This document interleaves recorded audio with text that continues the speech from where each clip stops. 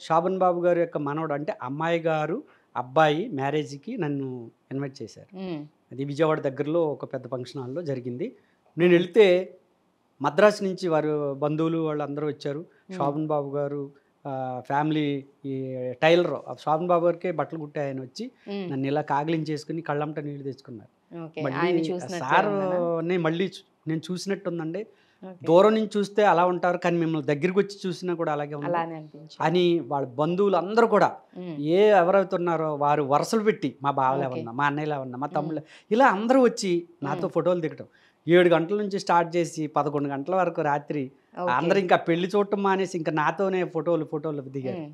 Right. వారి బయట చూడ్డం అంటే వేరు. మరి మీ ఊర్లో మీ వాళ్ళేమనేవాళ్ళు మిమ్మల్ని ఈ గెటప్‌లో చూసి? ఈ గెటప్ చూసి శోభన్ బాబు గారే అనేవారు. ఎవరు హ్మ్. వ్యంగ్యంగా ఎప్పుడు అనలేదు. హ్మ్. కానీ నేను ఇలాగా ఉన్నా, ఇంత హ్మ్. లేకపోయినా మామూలుగా నేను రోడ్డెమ్మట ఎళ్తున్నా సరే, శోభన్ బాబు గారిలాగా ఉన్నావు అని చాలామంది అంటారు నన్ను. హ్మ్. ఒక ఏదన్నా బస్సులో గాని, ట్రైన్‌లో ప్రయాణం చేసినా, నేను హ్మ్. "ఏవండీ మిమ్మల్ని ఎవరన్నా అన్నారా? శోభన్ బాబు గారిలాగా ఉన్నారండి మీరు" అని. "బాబు నేను హ్మ్. శోభన్ బాబు గారి గెటప్ ఏస్తాను. ఓకే. శోభన్ బాబు గారు" చాలామందనమాట. హ్మ్. దూరం నుంచి చూసి అని. అయితే 'వారియర్' అనే మూవీ తీస్తున్నారు. హ్మ్. హ్మ్. రామ్ గారు హీరో.